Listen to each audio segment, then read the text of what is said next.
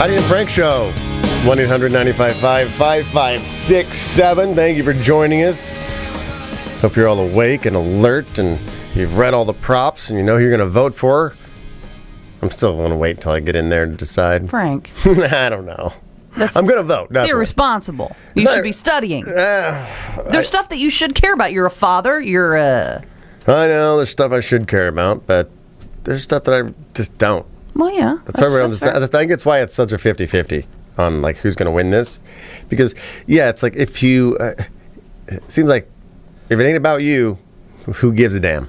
There is no community unless something, like I said, a natural disaster happens. But people you care about. And it's like, okay, we need to help our brethren on the East Coast. But when it comes to like an entire, it didn't happen that way. It's like, okay, some people need it. Some people need help. It does affect you more. Well, if it screws me over a little bit, if I can't get, I know gas is high and I still need to fill my SUV. Yeah. I don't want to put that money towards anybody else and then maybe helping them get out of their hole. Screw that. More me, less you. I mean, that's what it seems like. That's your motto. That's what it's. No, it's not my motto. It's the motto of. It's a motto of America.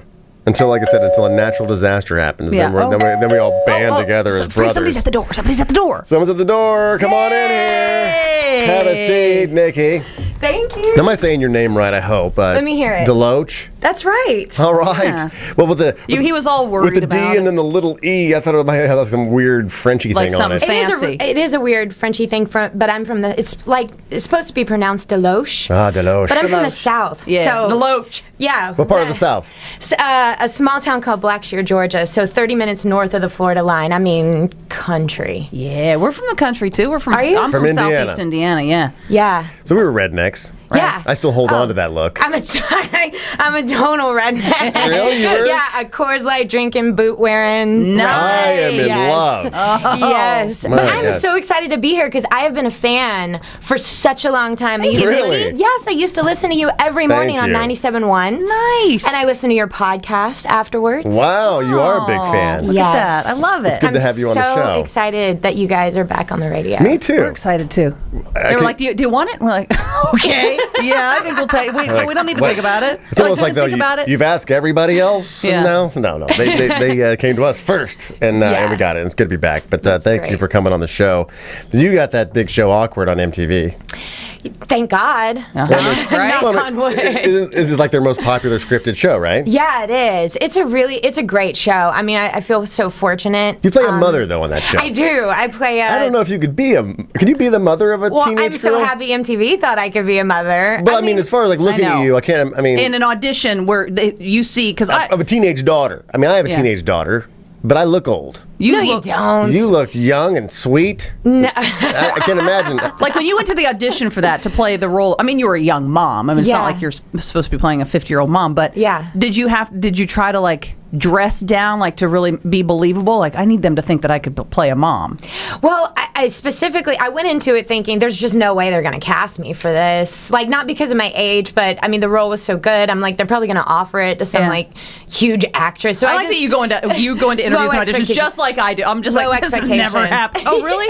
Okay. That's when you least expect it. Yeah, that is true. Yeah, so I went in with, I mean, if you keep your expectations low, you're always going to be, surprised. That's our billboard. Actually. Keep your expectations low. It's the Heidi and Frank Show. And then it won't be so bad. It's not so bad. So luckily, and then the producer, after I got done, she was like, oh my gosh, you remind me of every girl I hated in high school. And I was like, is that a good thing? She's like, yes. Oh, good. Because I dressed like that. She's a really narcissistic, overbearing, self-involved, Palace Hills plastic mom. surgery obsessed. Yes. She's supposed to have fake boobs on the show, right? I know. How do you do that in like wardrobe? It's a mechanism. Yeah. It's a mechanism that they put on. I mean, and it literally makes my breast grow like 4 sizes. So now that you've worn that mechanism, would you ever? I mean, do you like having the bigger boobs? No, but my Nana calls me all the time. She's like, "You really should bring that bra home." I think your husband will really enjoy that. And I'm like, yes, until he takes it off. And then exactly. False advertising. Exactly. So I hope you were. I mean, you were supposed to be on the show like a half an hour ago. I traffic was so, I left at 6:45. I was so, like, I bounced out of bed because I was, like, totally fangirling since I woke up. My husband was like, you're leaving now? And I'm like, yes. I don't want to be late. I want to get there and have coffee and talk to people. Chill out a little. But the traffic, it was so bad. It was so bad. But well, I guess everyone's out voting early this morning, so that's why the traffic. Yeah, so you haven't voted yet. I don't see your sticker. No, I haven't voted yet. I'm going to vote just after it was here. This was priority, Frank. She got up. She got out of the house. Well, I was hoping maybe she was late because she went to go vote, and there was a line at the polls, you know. But, but I don't see your sticker. So, but you are definitely going. I am absolutely going. Have you studied all the issues? I've studied all the issues. Condoms and porn. How you going? Well, by the way, I was just talking to one of your producers about it because I was listening last week when Anthony came. I think his name was Anthony, and you were doing a segment on how old, like, who's the oldest person who's never voted? Yeah. And this guy had never voted. I don't know, he may be in his 40s, and you were like, so why are you voting now? He's like, because I don't want condoms and porn.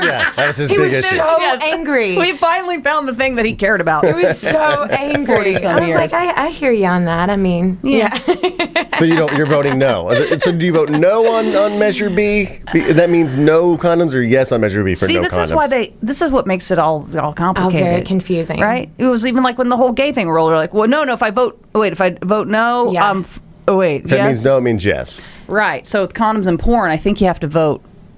But I guess for the biggie, who are you going with? Oh, Obama. Yeah? Yeah. Obama. What particular reason? Anything that puts you over the top? I voted for him last time, voting for him this time. But being from the South, and I'm from Southeast Indiana, so you call back home and talk to family members like, well, I'd never vote for one of them ever. Oh, my family's on me. All right, I'm going to, good talking to you. Yes. Seriously.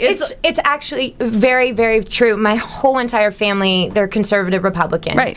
And they were very upset. You're out there in Hollywood. Election 4 years ago. Yeah, they think I've lost all touch with reality. Do they call you Hollywood? They don't even call you Nikki anymore. It's like, oh, Hollywood's on the phone. Look, too big for britches. They think I've lost all touch with reality. I've been living out here, and I'm like, no, I actually do live in the real world. You live in a town, which, by the way, is the most incredible place, but you can go to the gas station and then go, hey, Bill, just charge it to the house. That's the just same charge way. it to the house. Same in my hometown. They wave and they go, I'll just put it on your thing. All right. Yeah. I'm like, wait. I can't imagine living there now, though. I had the same thing. My town was like 5,000 people. What was yours? Growing up, it was 6,000. Yeah. So but I can't imagine. It was a great place to grow up, but I can't imagine living as an adult there. Yeah, I love to go back. I mean, I'm still friends with my friends from preschool, but it's difficult. It makes dinner interesting to have a table full of people who are all Republicans, and then just me sitting there. And then they've tried. They try. Yes, of course. What's the name of the hillbilly dive bar that you go back to every time you go back home? Oh, we don't go to a bar. We just go to the tractor shelter. To the woods. No. It's it's my friend Trey Walker's tractor shelter. Yeah. I'm not kidding. We get a kegger and go out to the tractor barn. We steam some oysters. We have oyster roast and pop open some Coors Light and nice. And just hang out. Good times. Yes. It is. You a country music fan? I am. Because you have a musical background. You were like part of the Mickey Mouse Club. Back when with all the Britney Timberlake and Christina and Timberlake, and then you were in a girl band for a while. I was. How'd that go? You're laughing like it was like It went horribly wrong. Innocence. No. Innocence. Is that what it was? But with an S. Yes, oh, you spelled it all funky. Yeah. Oh yeah. Innocence. We were really cool. Was it manufactured, or were you guys actually talented? No. Actually, like, how did they fight? Were you in Georgia then? It was talented. I started on the Mickey Mouse Club when I was like 12 years old, and doing that, I did that with Justin. Met his mom, became very close to the family, and I moved out to LA after that was over, and I acted. And then Justin's mom was like, I want to put together a girls group like NSYNC. Why don't you come do this with me? And so I was like, U-Haul was packed the next day. Sure. I was out of here on my way to do that, and it was a really good experience. I learned a lot. I mean, I got to play Madison Square Garden. I'll probably never get to do that for the rest of my life. I got to tour all over Europe. That's awesome. You got to date JC, should say. That's the real big winner right there. You know what? Right. I went to an NSYNC concert. I don't know why I went, but I remember I was there and I was sitting with the engineer guy, right there in the middle. And They came out on the stage or some elevated thing, and JC looked at me, and we caught eyes, and he gave me like that stare, like I thought he's flirting with me. What? Ooh. Is there like looking back? Did you ever question that he might be gay? Because I swear to God, he wanted me right at that moment. You thought that Beyonce did the same thing to you at a Beyonce did that too. She looked at me too. We made eye contact. Oh my God. Maybe he was looking at somebody behind you. Well, we were on stage and you're doing a show. Do you actually make eye contact, or are those just blind stares at people? No, I think you do make eye contact. Well, you try to make eye contact with people. You want to connect. Yeah, you want to connect. It freaks them out. You're creating stalkers, because I thought that he wanted me. So you started stalking him then? No. So I think that's the more pertinent question. Yeah, I think that situation. I was extremely flattered. I'm like, I could him. get JC. Yeah. You created that in your mind. I did. And How long did you date him? Well, we started dating when we were so young. I mean, we started dating on Mickey Mouse Club. So, I mean, we were essentially, I was a baby. You were going together. Yeah, we were going together. And like making out and stuff. Yes. Was he your first? He was? Wait, you were 12 in the Mickey Mouse Club. How many started dating then. It's like being a small town. You start dating somebody in junior high, then you end up losing your virginity later. M-I-C. Was he? Yeah. He was? Oh my God! That's a great story. Mine's with a chick in a trailer park with an ashtray on her belly.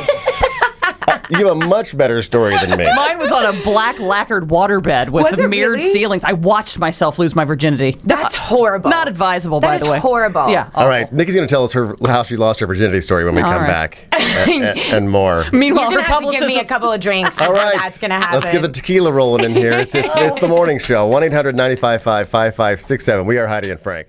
That was just a little sample of the Heidi and Frank show on 95.5 KLOS. To get more samples like this and hear all the fun we have, you can do that at 955KLOS.com. Now, to get the show in its entirety on demand, and if you want to watch the show, we webcast it every day, all you have to do is go to HeidiandFrank.com and become a premium package member. Do it right now.